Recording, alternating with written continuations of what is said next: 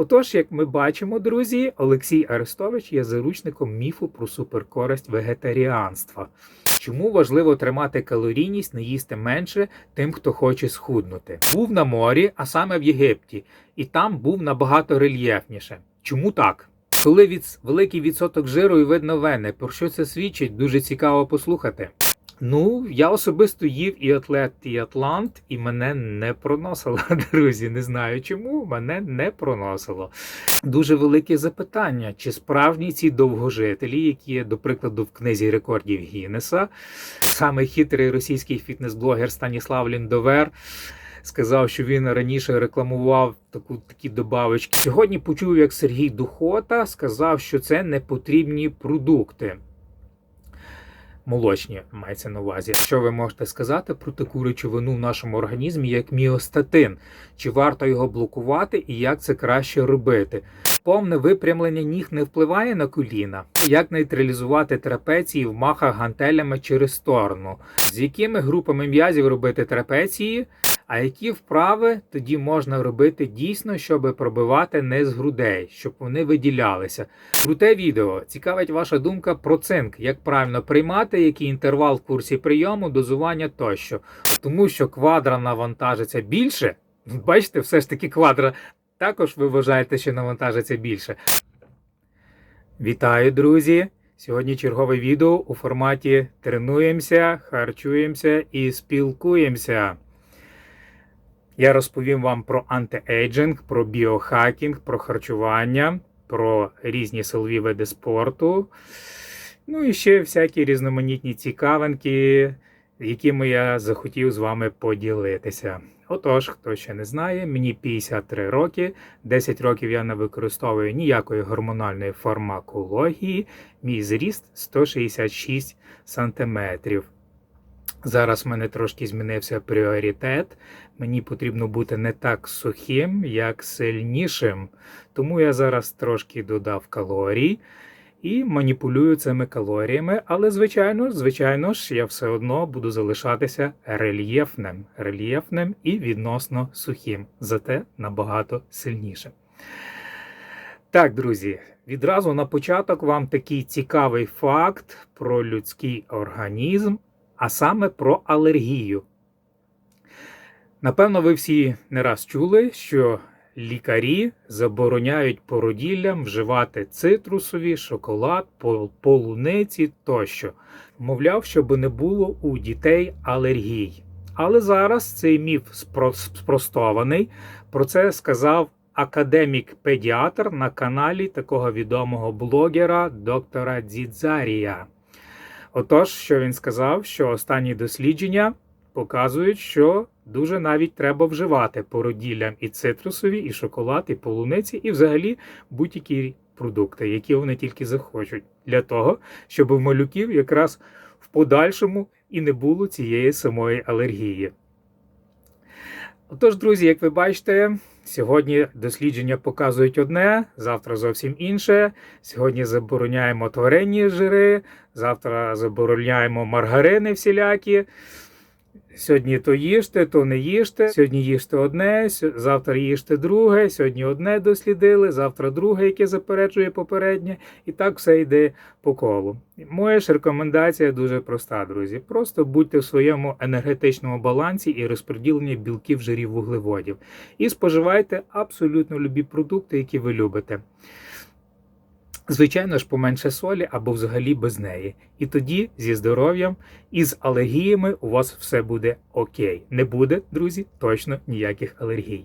Рухаємось далі. Калорійність цього тижня становить 2500 кілокалорій, з яких, зараз я вам розкажу, друзі, секундочку, з яких 30% білок, 41% вуглеводи та 29% жир. Так, що ще можу сказати по своїй калорійності? Їм я один раз в день, дуже пізно ввечері, перед самим сном ці всі 2500 кілокалорій. Води випиваю на протязі доби 3-4 літри, сіль відсутня, підсолені продукти також відсутні. До речі, ціна оцього раціону в межах 150 гривень, або приблизно в районі $3,5, якщо це когось дуже цікавить. Так, до речі, моя актуальна форма цього тижнева буде на значку до цього відео, а також на перших секундах цього відео. Так, по своїй калорійності... забув ще сказати, друзі, сьогодні неділя, 12 січня 2025 року. Я знімаю вранці зараз, 9:30 ранку. І цієї неділі в мене буде завантажувальний чіт-дей на 7500 кілокалорій. Це буде поділено на 2 прийоми їжі, тому що з'їсти за один раз 7500 кілокалорій – це трошки важкувато, друзі. Тим більше, що я не вживаю ніяких ферментів. До того ж, я хочу завтра нормально почуватися, щоб не було сонливості, я міг активно рухатися і виконувати свої функціональні обов'язки. Так, що ще по харчуванню? Так, я на цьому тижні перевіряв вказану калорійність на пакуванні. Під приціл попав торт «Пташине молоко». Виробник цього торту Вацак, український виробник Вацак. І згідно пакуванню, калорійність на 100 грам продукту становить 369,9 кілокалорій. Вуглеводів 38 грам, білків 5 грам, жир 23,1 грам. Сіль 0,2 грама на 100 грам. Так, калорійність на пакуванні не співпадає з вказаним БЖВ. На цьому ж таки пакуванні я порахував вручну на калькуляторі і нарахував на 10 кілокалорій більше, чим вказано на пакуванні. А саме 379,9 кілокалорій, а не 369,9. Тобто помилочка в 10 кілокалорій. Тому, друзі, не вартує так сліпо орієнтуватися на калорійність на пакуванні. Як бачите, виробники допускають якісь помилки. Що можу сказати? Можливо, вони якось по-іншому там рахують. Я рахую стандартно. Вуглеводи, білок 4 кілокалорії, жир 9 кілокалорій. І згідно цих підрахунків, там на 10 кілокалорій більше, чим вказано на пакуванні. До речі, цей торт я не їв. Це мене пригостили на день народження колеги в фітнес-клубі. Я просто приніс додому і моя донька з'їла цей тортик. Я ж просто проаналізував калорійність. Так, до речі, цього тижня в мене також буде торт, але трошки інший. Я собі заготував там в морозилці. Це в мене буде грильяжний торт Рошен. Я вже собі його відважив. Він, звичайно ж, буде включений в цю мою чітдейну калорійність. І, звичайно ж, сьогодні в мене також буде в цей чітдей 30% білка. Так. До речі, в цей чітміл в мене буде трошки підсолених продуктів, традиційної їжі. Тому якось так посмакую. Але далі, друзі, наступний тиждень в мене 3500 кілокалорій. Я трошки більше додаю калорійності наступного тижня. І, звичайно ж, солі в мене не буде в цій повсякденній калорійності. Так, що хочу вам ще розказати цікавого, що я почув. Як ви всі, напевно, знаєте, є такий дуже відомий політичний оглядач, блогер, а зараз, за чутками, він навіть хоче балотуватися на посаду президента України. Дуже такий цікавий, розумний чоловік. Олексій Арестович. І що ж він сказав? Його запитали, як він харчується і чи провадить здоровий спосіб життя. І знаєте, що сказав Олексій Арестович? Він сказав, що ЗОЖ – це вегетаріанство та відмова від молочних продуктів. І, на жаль, він не завжди цього притримується та їсть м'ясні продукти. Отож, як ми бачимо, друзі, Олексій Арестович є заручником міфу про суперкористь вегетаріанства. Що можна сказати? Я можу допомогти Олексію Арестовичу, щоб він перестав бути, так би мовити, заручником цього міфу про суперкористь вегетаріанства. і міг надалі споживати м'ясні вироби і взагалі будь-які продукти, які він тільки хоче, звичайно ж, будучи при цьому в межах своєї калорійності визначеної базової та в межах розподілення білків, жирів, вуглеводів. Це, пане Олексію, і буде справжній ЗОЖ. Якщо ви не можете цього самі зробити, не вмієте, не знаєте, як це зробити, у вас немає людини, яка може вам в цьому допомогти, ну, welcome, звертайтеся, я залюбки вам допоможу. Так, а що ще сказав Олексій Арестович? Він сказав, що завжди, при любих обставинах, завжди відтискається від підлоги, присідає та качає прес. Ну, пане Олексію, це дуже добре, ви все правильно робите. Тому що чим швидший рух крові, тим більше ендотеліальна напруга, тим сильніше кров треться об стінки судин, тим більше виробляється захисних протекторних факторів, які захищають стінки судин від атеросклеротичних бляшок. Тому це рух, так би мовити, в правильному напрямку, пане Олексію. Так, що хотів ще вам розказати. Дивився я відео такого цікавого українського YouTube-канала під назвою «Транспортні історії». Дуже гарно, так там все розказується про різні автомобілі, про різні марки. І я дивився таке відео про марку Toyota, приурочене до презентації в Україні нового Land Cruiser. Я хочу з вами поділитися деякою такою цікавою інформацією. Раніше, на початку масового виробництва в Японії, японці робили точно так само, як і зараз роблять китайці. Ну, чи роблять на даний момент китайці, а саме купляли американські та європейські кари, розбирали їх до гвинтика, повністю копіювали конструкцію і потім починали випускати тільки вже під своєю маркою. Звичайно, що тоді ні про яку таку супер славнозвісну японську якість не йшлося. Авто були неякісні, запасні частини були неякісні. Причому японці копіювали не тільки саму конструкцію автомобілів, а й назву. Ну, до прикладу, Land Rover, Land Cruiser. Відчуваєте різницю чи ні? Так само, як і китайці, до прикладу, роблять чи робили там Adidas, Abibas. Ну, ви зрозуміли, друзі. І тільки пізніше японські конструктори самі почали робити власні розробки, і дійсно в них далі ставали дуже супер якісні деталі, дуже супер якісні автомобілі. І до цього вони прийшли вже дійсно в Японії, асоціюються з такою суперякістю, супернадійністю. До речі, мені дуже багато водіїв говорили, що якщо ви купите собі марку Toyota, у вас не буде ніяких проблем з експлуатацією, довготривалою експлуатацією. Так, ну а що можу сказати за Китай? Ну що ж, Китай, як бачимо, йде по шляху Японії, і швидше за все, що дуже скоро китайські автомобілі будуть такі самі якісні, як і японські. Ну, тепер питання, коли вже все ж таки і українське авто якісь супернадійне в нас з'явиться. Як ви думаєте, коли, друзі? Напишіть в коментарях. Так, автомобільну тему закрили. Рухаємося далі.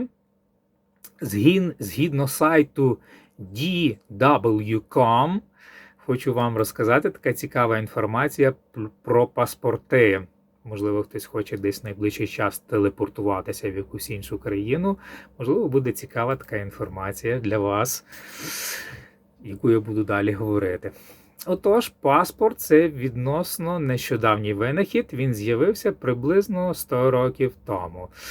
Тоді, як ви знаєте, розпадалися колоніальні імперії, була Перша світова війна, люди переставали бути підданими своїх правителів, ставали громадянами націй, багато хто перетинав кордони, вимушений був залишати свої будинки через війну, був біженцем, рятувався від війни.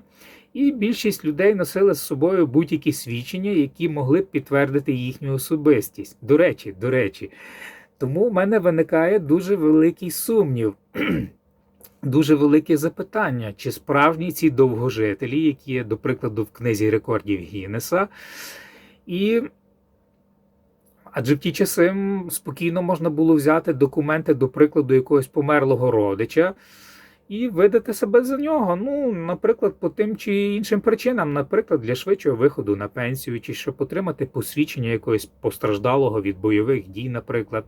І фото, швидше за все, навряд чи було присутнє на цих документах. А якщо воно там і було, то воно було вже настільки старе, що можна було просто сказати, що насправді це я просто тоді по-іншому виглядав. Так, ну а щодо паспортів, щодо введення паспортів, то під час Першої світової війни такі країни, як Німеччина, Франція, Великобританія та Італія, почали наполягати на тому, щоб для в'їзду на їхню територію громадяни ворожих країн мали офіційні документи. А в 1920 році Ліга націй, перепрошую, собаки проснулися, щось там загавкали. А у 1920 році Ліга націй зібрала світових лідерів у Парижі для участі у конференції з паспортів, митних формальностей та проїзних квитків. Так, паспорти стали офіційними, скрізь вони мали виглядати певним чином і містити однакову інформацію. Також на обкладинці документа мала бути вказана назва країни та герб країни, ну і фото особи, а зараз вже, наскільки мені відомо, і навіть біометричні дані. Але на той час введення паспортів породило величезний опір громадськості та преси. Люди вважали, що він підриває їхню свободу та порушує приватне життя. І документ був пов'язаний з надмірною бюрократією. Ну, звичайно, як і зараз, це все надмірна бюрократія. Але вже було надто пізно. Ліга націй домовилась про це. І ми вже зараз собі не уявляємо, як би міг виглядати світ без прикордонного контролю та паспортів. До речі, у всьому світі проїзний документ, а саме паспорт, може визначити долю громадянина. Його національність та приналежність до тої чи іншої країни диктує, куди він може подорожувати та де жити. Ну і як ви розумієте, друзі, якщо ваша країна економічно сильно розвинута, то ви зможете жити в будь-якій іншій країні, будь-яка інша країна вас залюбки прийме, ви будете там гостювати, а то і зможете навіть постійно проживати. Так, треба глоточок моєї кави, любимої, заварної випити, дуже міцної. До речі, дуже-дуже люблю каву, особливо коли мало сплю. Вона мене бодрить так гарно, споживаю в першій половині дня, а сьогодні я спав не дуже багато чомусь, захотіли зняти вам розмовне відео, тому швидко проснувся і десь якось так підготував цю всю інформацію для вас, ну і розмовляємо про це все. Так, друзі, кава, супер. Так, говоримо далі. У Великій Британії з'явився новий об'єкт для оренди, а саме переобладнаний Boeing 727, який за чутками колись належав колумбійському наркобарону. Літак встановлений на території промислової зони в Бристолі і пропонує гостям відчути себе на борту розкішного бізнес-джету 80-х років. Підприємець Джонні Палмер викупив старий літак у 2012 році, після того, як він був списаний і залишений без двигунів і крил. За 2 роки підприємець повністю відновив інтер'єр, зберігши оригінальні шкіряні крісла, золотий душ і туалет, а також додавши сучасні зручності – телевізор, кухню і навіть підсвічену кабіну пілотів. До речі, вартість ночі на борту становить близько 600 британських фунтів стерлінгів. Хоча зв'язок літака з Пабло Ескобаром залишається непідтвердженим і може бути тільки міською легендою чи легендою, придуманою самим Джонні Палмером, це наразі достеменно невідомо, але це не заважає відвідувачам занурюватись в атмосферу минулого та влаштовувати фотосесії у стилі 80-х років. Про це нас інформує сайт robreport.com. Ну що ж, а ми, друзі, чекаємо на золоті вагони наших бувших можновладців, адже там за чутками також є золоті унітази. Коли хтось викупить ці вагони, реставрує їх, і ми зможемо на них проїхатися. Ну, наприклад, з Івано-Франківська до Києва. Так, рухаємося далі, друзі. поки що без золотих унітазів, просто рухаємося. Так, Департамент культури та туризму Абу-Дабі, тобто Об'єднані Арабські Емірати, у співпраці з інвестиційним фондом Абу-Дабі запустив ініціативу Golden Quiet to Abu Dhabi, розроблену для залучення власників суперяхт та заможних людей для інвестування та дослідження Абу-Дабі.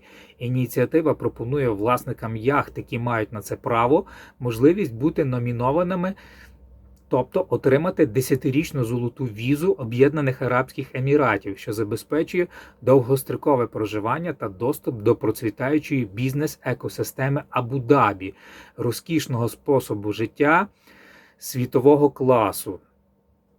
Через золоту набережну Абу-Дабі власники яхт зможуть насолоджуватися безпрецедентним доступом до інвестиційних можливостей Емірату, одночасно сприяючи цінним діловим зв'язкам в економічному ландшафті Емірату. Тож, друзі, якщо у вас є яхта з золотим унітазом, welcome to Об'єднані Арабські Емірати. Про це нам повідомляє сайт Media Office Абу-Дабі. Так, ну і раз ми вже в Об'єднаних Арабських Еміратах, і ви отримаєте цю собі золоту 10-річну візу, ви зможете позайматися у найбільшому залі в світі під назвою Бінус. Багаті шейхи скуповують абсолютно всі тренажери зі свого світу, величезне багатоповерхове приміщення, яке ще навіть повністю не заповнене, є ще де куди докуповувати нові тренажери. Величезний вибір різноманітних тренажерів, різноманітного обладнання, величезні площі. До речі, жінкам там займатися заборонено. Вартість одноразового відвідування в районі $50, а тижневий абонемент вартує трохи більше як $100. І в Бінусі є величезний магазин спортивного харчування, перукарня, магазин одягу, їдальня, там навіть є їдальня. І, до речі, ціна прийому їжі там орієнтовно $20-30. Ну і там не таке вже ж якесь суперресторанне меню, просто 200 грам якоїсь звичайної крупи відвареної, 200 грам м'яса чи риби, якийсь соус, якісь хлібці, якісь спеції, можливо, якийсь десертик невеличкий, протеїновий, коктейль, наприклад. Ну і вартість $20-30.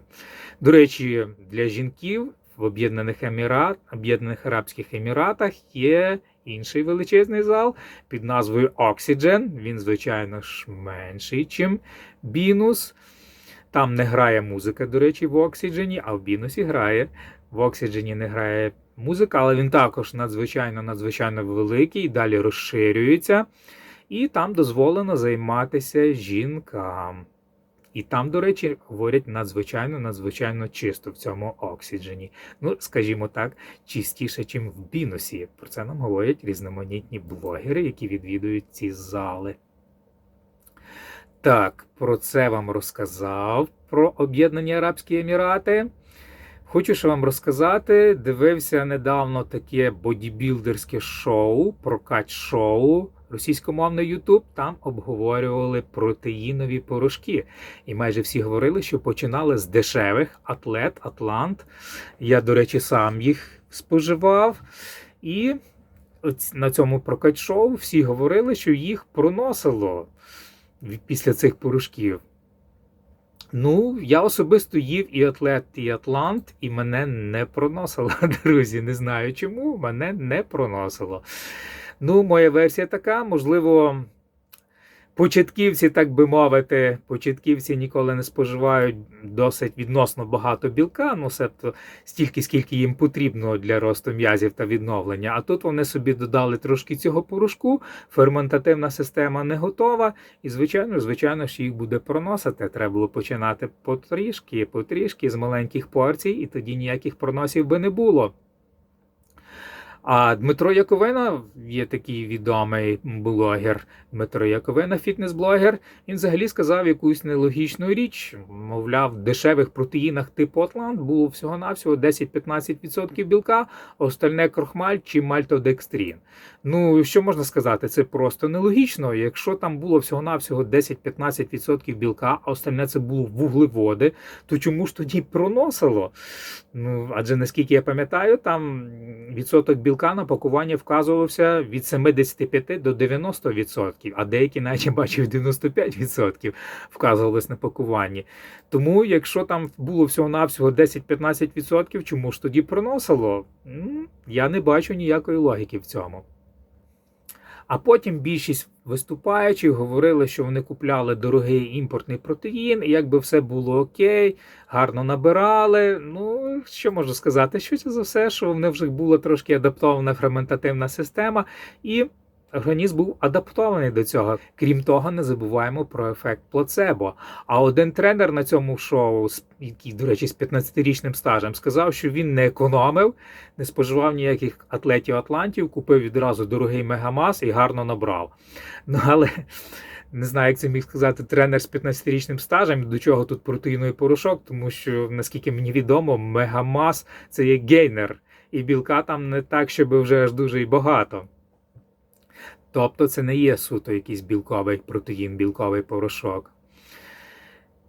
Ну, якось так, друзі. Що ще було на цьому прокат-шоу? Самий хитрий російський фітнес-блогер Станіслав Ліндовер сказав, що він раніше рекламував такі добавочки, як амінокислоти BCAA або BCAA, як нас говорять, та L-карнітин, тільки тому, що мав контракт з виробниками спортивного харчування. Насправді він ж вважає ці добавки непотрібними. До речі, я так само вважаю. Ці добавки абсолютно не потрібні, якщо ви споживаєте достатньо білка, ні BCAA вам не потрібен, а якщо ви є на дефіциті калорій, то і L-карнітин вам не потрібен, ви собі спалите жир і схуднете гарно і без цього L-карнітіна. Так, все, друзі, розказав все, що хотів розказати, глоточок кави і відповідаю на запитання підписників. Так, Олександр VIII задав таке запитання в коментарях. Коли великий відсоток жиру і видно вени, про що це свідчить? Дуже цікаво послухати. Відповідаю, Олександр VIII. Це може свідчити, по-перше, про варикозне розширення вен. На жаль, це часта причина раптового збільшення вен, і коли їх видно, навіть якщо у вас великий відсоток жиру. Це робить їх більш помітнішими під шкірою. Це не тільки, до речі, косметичний дефект, а й стан, що загрожує здоров'ю. Тому перша основна, швидше за все, причина – це варикозне розширення вен. Не знаю, чи основна. Друга, мені здається, також основна. А друга причина – це потоншується шар шкіри внаслідок дефіциту колагену. А це вже наслідок дефіциту білка в організмі. Тому, друзі, щоб ви знали, білок нам потрібен не тільки для того, щоб в нас росли м'язи. Хтось там каже, 1 грам на кілограм ваги, чи там дехто навіть і менше каже. Білок нам взагалі завжди потрібен, в тому числі, щоб і відновлювалася шкіра і не потоншувалася внаслідок відсутності колагену.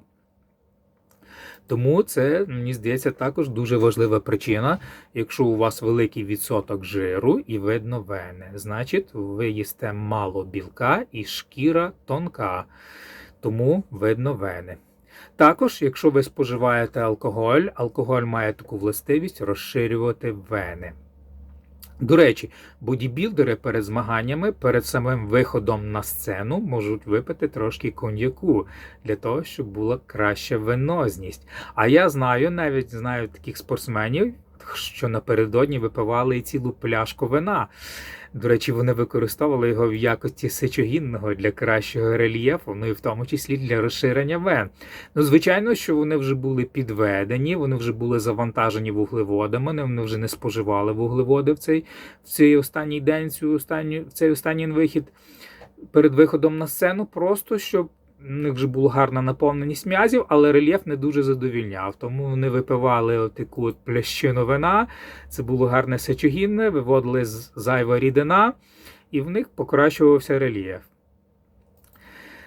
Так, друзі, все про це вам розказав. Сподіваюсь, Олександр Восьмай зрозумів мою позицію по венам, коли у вас великий відсоток жиру. Відповідаю на наступне запитання. Такий глядач мого каналу Платок написав: дивлюсь вас регулярно, але як попадаєтесь, завжди натискаю. Так, велика вам повага, ви дуже цікавий чоловік.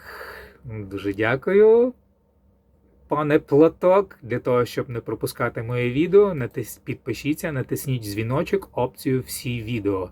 Тоді ви не будете пропускати мої нові відео. І що він мене питає? Цікавить мене зараз демагогія про молочку, яка, напевно, вже давно у сфері фітнесу, спорту, бодібілдингу. Сьогодні почув, як Сергій Духота сказав, що це непотрібні продукти. Молочні, мається на увазі. Але я все своє 20-річне життя їм молочку, дуже люблю і в останній час п'ю щодня молоко до 400 мл. Що ви думаєте про молочні продукти харчування і чи потрібні вони дорослій людині? Звісно, ми говоримо про розумну кількість, але яка кількість не є розумна, наприклад, для кисломолочного сиру? Так, дякую за запитання. Пане Платок, що можу сказати? При всій повазі до Сергія Духоти я з ним не погоджуюся. Знаю про Сергія Духоту дуже-дуже давно, ще за часів, як дуже-дуже давно, там десь в 2000-х роках. Він був на обкладинці одного з небагатьох журналів Української Федерації НАБА під назвою Hard Games. Цей журнал випускав Спартак Васьковський, він же голова Федерації НАБА українського відділу. Ну, а за Сергія, що можу сказати, дуже сумно за його здоров'я, за те, що з ним сталося. Там онкологія якась в нього виникла, різноманітні проблеми, там з нирками якісь проблеми. Подагра якась там в нього, одним словом, так я дуже так регулярно за ним не слідкую, але те, що я чув, ну що можу сказати, співчуваю Сергію, бажаю йому пошвидше виздоровіти, але вважаю, що до цього його стану, в тому числі і призвели його принципи щодо харчування, в тому числі і принципи, наприклад, щодо молочки. Я вважаю, що молочка супер, продовжуйте її споживати. Я сам регулярно споживаю молочні продукти, насолоджуюся ними кожен день. Просто вам, я завжди це говорю, потрібно бути чітко зважувати всю їжу грам у грам, бути в енергетичному балансі своєму, плюс-мінус, що вам потрібно, до яких цілей ви хочете рухатися, і, звичайно ж, контролювати рівень білка, мається на увазі відсоток білка в своєму раціоні, відмовитись від солі та солених продуктів на повсякденній основі, споживати їх десь тільки на читміл, дуже рідко, і тоді у вас не буде ніякої онкології, ніякої подагри, у вас будуть, до речі, пити більше рідини, ну, мінімум 3, 4, 5, а то й більше літрів в день, дивлячись, яка у вас вага тіла, і тоді у вас не буде ніяких проблем з нирками. Ну, звичайно, якщо ви ще й сіль не будете споживати, випиваючи таку кількість води. І все у вас буде зі здоров'ям окей, спокійно споживайте. Я молочку дуже люблю, всім рекомендую і вважаю молочні продукти дуже-дуже корисними. Так, відповідаю на наступне запитання. Глоточок кави треба допити, тому що в другій половині я каву вже не споживаю. Так, запитав мене мій глядач 200+ Дмитро. Повне випрямлення ніг не впливає на коліна? Моя думка така, не впливає. Якщо у вас немає проблем з колінними суглобами, не впливає. А для того, щоб не було цих проблем, вам потрібно завжди рухати цими колінними суглобами. Ну, зокрема, щодо такої вправи, як випрямлення ніг на тренажері розгинання ніг сидячи, до прикладу. Починати потрібно з мінімальних ваг та адаптовувати суглоби до навантажень. Це навпаки буде сприяти зміцненню колінних суглобів, ну і поступово ви зможете додавати собі робочу вагу, і ніяких проблем з колінними суглобами у вас не буде, як і з будь-якими іншими суглобами. Суглобами потрібно рухатися, щоб вони були завжди активними. Крім того, пити багато рідини, тому що суглоби живляться синовіальною рідиною, а синовіальна рідина – це просто вода плюс білок. Друзі, 30% білка в раціоні, я завжди про це говорю. І, дотримуючи всіх цих умов, починати з маленьких ваг, помірні навантаження, вода, білок, синовіальна рідина, і ніяких проблем з колінними суглобами не буде, зможете їх спокійно собі повністю випрямляти. Чи то в присіданнях, чи то в розгинаннях, чи то в будь-яких інших рухах. Ну, звичайно, якщо ви не будете працювати з якимись субмаксимальними екстремальними вагами. Адже ви знаєте, що людський організм – це є кран, має свої характеристики, так би мовити, технічні. Якщо ваш кран розрахований на підйом ваги, скажімо так, 100 кг, а ви постійно його навантажуєте 200 кг, то навряд чи спасе конструкцію вашого крану. Рано чи пізно він вийде з ладу і поламається. Тому, друзі, зверніть увагу, ніяких екстремальних ваг, якщо у вас немає цілі стати чемпіоном в тому чи іншому виді спорту. Так, відповідаю на наступне запитання. Чому важливо тримати калорійність, не їсти менше тим, хто хоче схуднути? Моя відповідь така, друзі. Тому що ви тоді точно визначите свою базову калорійність. А то так ви сьогодні їсте більше, завтра їсте менше, а потім бачите, там трошки щось вам додалось на вазі, взагалі думаєте, я не буду нічого їсти, потім вас дуже голодні, з'їдаєте знов більше, знов набираєте, знов худнете, оці всі така от хитанка в ту чи в іншу сторону. Це ніяк не допоможе вам визначити свою базову калорійність, до того ж у вас будуть якісь певні психологічні проблеми. А так, поступово знижуючи калорійність, ви будете більш-менш нормально почуватися, більш-менш легше будете переносити дефіцит калорій, не будете дуже дратівливим. Ну і так ви абсолютно точно визначите свою базову калорійність, схуднете до тої ваги, яка вам потрібна. Ну і відповідно далі зможете вже маніпулювати цією базовою калорійністю. Хочете бути в межах своєї ваги, залишаєтесь на цій калорійності, хочете трошки додавати м'язової маси, до прикладу, трошки додаєте калорій, хочете навпаки підсушитися, стати рельєфнішим, трошки зменшуєте рівень калорії відносно своєї базової калорійності, і ви зможете абсолютно чітко контролювати тоді свою вагу тіла. Тому, якщо у вас оприділена дієта, є харчування, до прикладу, у вас дефіцит калорій, визначено 1800 кілокалорій, вам так і потрібно їсти 1800 кілокалорій. Не буде рухатись вага, їсте 1700, далі не рухається 1600, і так, поки ви не дійдете до тої ваги, яка вам потрібна, і не зупинитесь на якійсь позначці, це і буде ваша базова калорійність, підлаштована під актуальну фізичну активність на цей момент. Так, сподіваюсь, ви зрозуміли, дуже якось так заплутано, мені здається. Але я сподіваюся, що мої слухачі інтелектуально розвинуті люди, їм цікаво слухати, що я говорю, і вони якось розберуться в моєму, так сказати, словоблуді, якщо можна так сказати. Я жартую, друзі. Так, наступне запитання, знову ж таки, це мій глядач Олександр VIII. Добра вам влади. Що ви можете сказати про таку речовину в нашому організмі, як міостатин? Чи варто його блокувати і як це краще робити? Буду вдячний за пораду. Так, що можу сказати? Міостатин – це білок, який пригнічує ріст і диференціацію м'язової тканини. Він утворюється в м'язах і виділяється в кров, де зв'язується з специфічними рецепторами, не буду називати цю абревіатуру, вона і так вам ні про що не скаже, впливаючи на м'язи. Цей білок був відкритий у 1997 році генетиками Олександрою Макперон і Сіджен Ліном.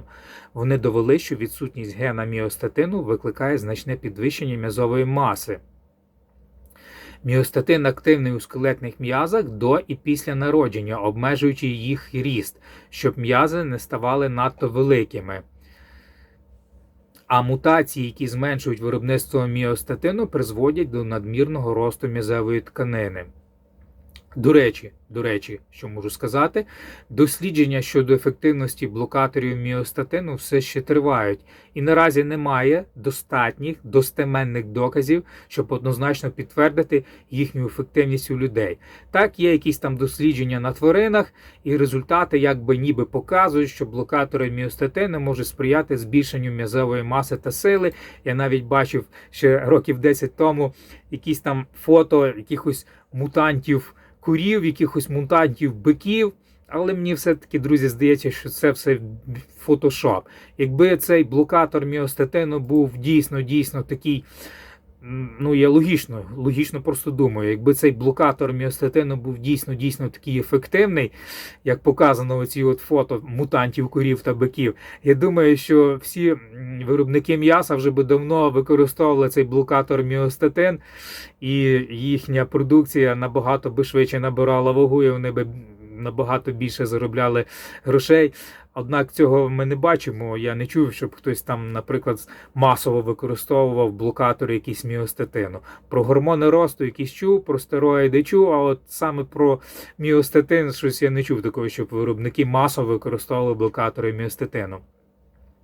Тому моя думка така, що це, як би вам сказати, передчасне твердження, нічого ще не доказано, але ВАДА, Всесвітня антидопінгова агенція, на всякий випадок авансом, так би мовити, заборонила всі ці блокатори, і вони входять до категорії, яка включає пептидні гормони, фактори росту та подібні речовини. Отож, ці речовини заборонені, тому якщо ви готуєтесь на змагання і десь хочете експериментувати там з якимись пептидами, які блокують міостатин, будьте дуже обережні. Вас може піймати антидопінгова агенція. Так, відповів про міостатин, відповідаю далі. Друзі, кава супер. Якщо хтось хоче мені спрезентувати якусь гарну каву, я не проти, друзі. Ну, в якості спонсорства мого каналу. Так, жартую, друзі. Я кайфую від розмови з вами, мені це самому потрібно з вами говорити, розмовляти, ділитися. Це супер, друзі. Мені дуже подобається. Я кайфую, друзі, кайфую від цього. Так, ще таке запитання мені написали. З якими групами м'язів робити трапеції? З великими групами м'язів чи з малими? Ну, можу сказати так. Взагалі, класично, як це прийнято в бодібілдерських колах, класично вважається, що трапеції краще робити з плечима або зі спиною. Ну, я дуже часто так і роблю, але інколи я комбіную, адже в мене величезний стаж тренувань, і я комбіную і не тільки, і з іншими групами м'язів роблю. І що можу сказати, друзі? На мою думку, якщо вам надоїло їх робити з плечима і спиною, можете собі скомбінувати з іншими групами м'язів. І думаю, що ефективність дуже сильно не знизиться від цього. Тому по трапеціях якось так, друзі. А як же нейтралізувати... ще одне запитання. Як нейтралізувати трапеції в махах гантелями через сторону? Тобто, знаєте, така вправа, махи гантелями через сторону для плечей, там сидячи чи стоячи, і як там нейтралізувати трапеції? Для цього потрібно, до речі, я дуже часто підмічав, що борці, в них якась трошки, в них така у всіх така велика шия, і якась в них дуже вона така, трапеції дуже якісь такі зажаті, дуже такі, знаєте, шия, оцей відділ шиї трапеції зажатий, і вони, як правило, майже завжди підключають трапеції в цих махах. Ну, з того досвіду, що я тренувався з борцями, можу так сказати. Як вийти з цієї ситуації, друзі? Навіть якщо ви не борець і ви не можете ніяк нейтралізувати трапеції в цих махах, з свого досвіду можу сказати так. Вам потрібно повністю розслабити шию і трапеції, підняти якнайвищий підборідок вверх і під час виконання вправи завжди дивитися трошки вверх, при цьому розслабивши, хоча б ментально розслабивши трапеції і шию. Звичайно, що повністю нейтралізувати їх не вдасться, але, скажімо так, на 90-95%, а в декого і 99%, як в мене, наприклад, ви нейтралізуєте трапецію і шиї і будете працювати виключно плечима. Якщо ж навіть це вам важко зробити, розслабити їх, так би мовити, під час руху, тоді спробуйте тримати трошки рівніше руки. Ну, тримати їх, скажімо так, майже прямими. І тоді, швидше за все, вам вдасться нейтралізувати трапецію під час цього руху. Так, відповідаю на наступне запитання. Глядач Платок. Добрий вечір. А які вправи тоді можна робити дійсно, щоб пробивати низ грудей, щоб вони виділялися? Бо в мене верх і середина розвинута, а низ ще обвищий. Зараз я займаюся схудненням. Що зробити для кращої пружності нижньої частини грудних? Для низу грудних я рекомендую жим вниз головою. Штангами, на мою думку, більш ефективніше штангами, але гантелями також ефективно. Звичайно, якщо у вас немає проблем з тиском. Тобто, якщо у вас підвищений тиск, швидше за все, такий жим вниз головою вам не потрібно робити. Але якщо у вас з тиском все добре, зі здоров'ям все окей, можете спокійно собі робити жим вниз головою, штангою або гантелями, причому штангу тоді ви опускаєте саме на низ грудних. Експериментуйте з різною шириною хвату. Мені здається, що більш ефективніше буде трошки ширший хват, але інколи можна і попрацювати з вущим хватом.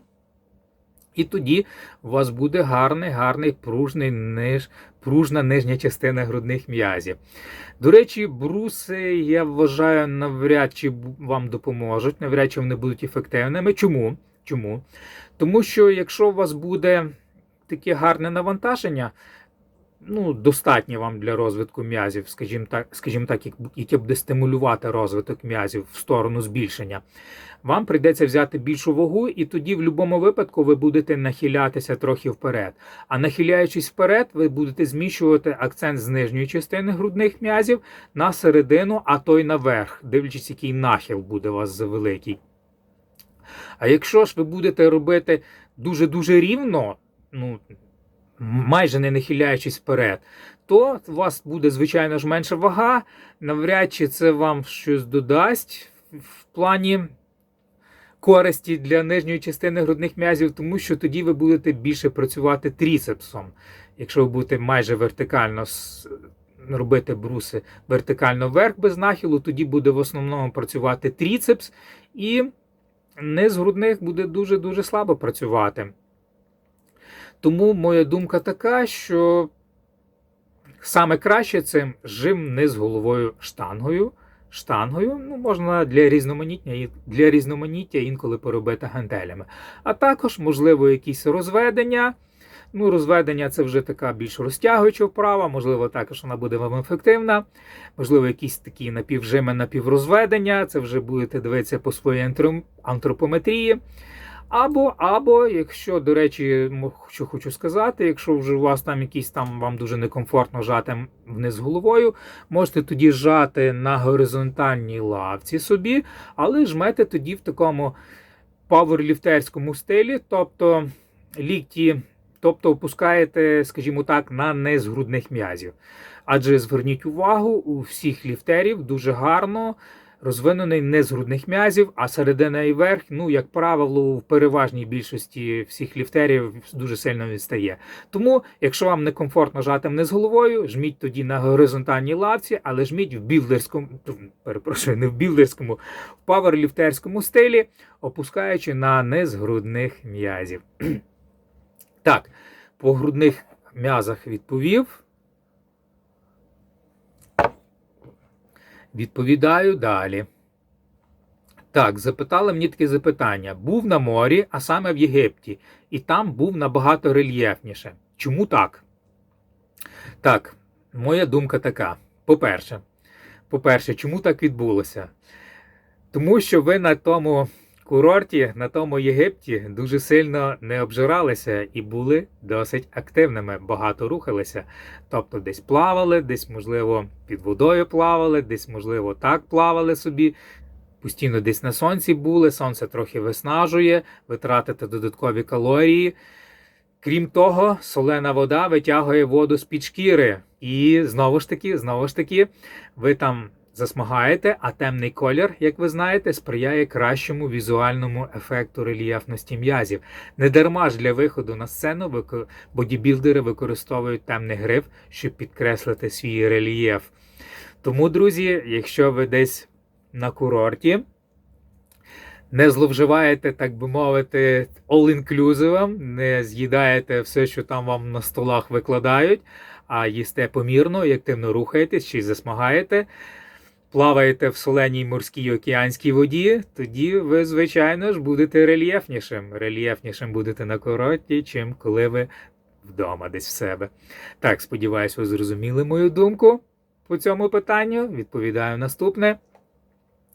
Богдан 6501.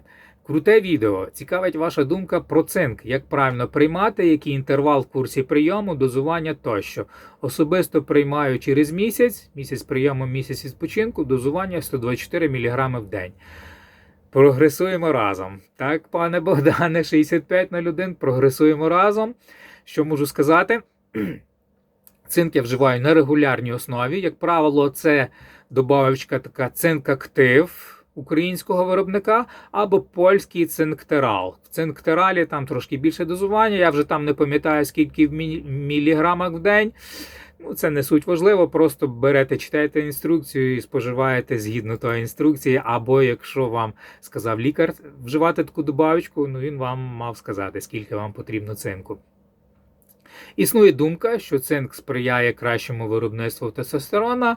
Не знаю, чи це так же аж дійсно достеменно підтверджено. Можливо, що так. Ну, я споживаю. Споживаю цинк на постійній основі. Ну, гірше вам точно не буде, друзі. Споживайте цинк. Я сам регулярно це роблю. Так. Відповідаю, вже останнє запитання, друзі, останнє запитання. Ого, вже стільки наговорив, треба скоро завершувати, багато різних справ треба ще зробити. Так, останнє запитання. Азім 20100, такий нікнейм глядача на YouTube-каналі. І що він мені написав? Що в мене було таке відео, де я вправу для квадріцепса робив, не пам'ятаю, здається, присідання я робив для квадріцепса, і я сказав, що я підставляю під п'ятки невеличкі плиточки. А він мені написав, під носочки треба класти, а не під п'ята. Ну, пане Азім, я не погоджуюся. Для квадріцепса, на мою думку, треба класти саме під п'ятки, а не під носочки. Тому що ви, коли будете класти під носочки, ви будете більше відчувати задню частину стегна. А якщо ваша ціль квадріцепс, то треба якраз, на мою думку, навпаки підкладати під п'ятки. Ну і знову ж таки, він потім в наступному коментарі пише, чому він вважає, що треба підкладати під носочки, а не під п'ята. Тому що квадра навантажиться більше. Бачите, все ж таки квадра також ви вважаєте, що навантажиться більше. Але і на коліна йде перенавантаження. Це техніка для профі. Схоже запитання, десь я вже там раніше відповідав в цьому відео про розгинання ніг. Дуже схоже про колінні суглоби. Друзі, я ж не говорю, щоб ви відразу працювали з якимись екстремальними вагами. Вагу треба нарощувати поступово, починати взагалі без ваги. Таким чином коліна будуть міцнішати і ви будете гарно включати собі квадри. Якщо ваша ціль в присіданнях накачати, зробити саме квадри. Так, це буде сприяти більш квадродомінантному способу присідань, так би мовити. А щоб коліна не тягнути вперед, це ліфтерська техніка. Вони працюють з якимись екстремальними вагами. Для них так, це актуально, щоб не вбити свої коліна. Тому я вважаю, що якщо вас цікавить саме квадри, вам потрібно тягнути коліна вперед і підкладати під п'ятки невеличкі плиточки. І тоді ви будете дуже гарно стимулювати свої квадріцепси. Звичайно ж, я ж завжди це говорю, водний режим, правильне харчування, відсоток білка в організмі і не працювати з екстремальними вагами. І тоді з вашими колінними суглобами, друзі, буде все добре, все окей. Так, все, відповів на всі запитання наразі. Там ще є декілька запитань, але вже то в наступному розмовному відео десь вам буду відповідати на них. Ну і будемо потрохи завершувати, друзі. Що можна сказати? Дякуємо Богу, що ми живемо, що ми маємо те, що маємо. І, як сказав Ремарк, поки ти живий, ніщо не втрачено остаточно. Тому, друзі, які би не були обставини в житті, отримуйте насолоду від життя, яке би воно не було. Сьогодні полоса темна, завтра зміниться на полосу світла. І все має бути добре, друзі. І пам'ятайте, друзі, ніякого старіння. Мені 53 роки, ви зможете так само. Ніякого старіння. До зустрічі.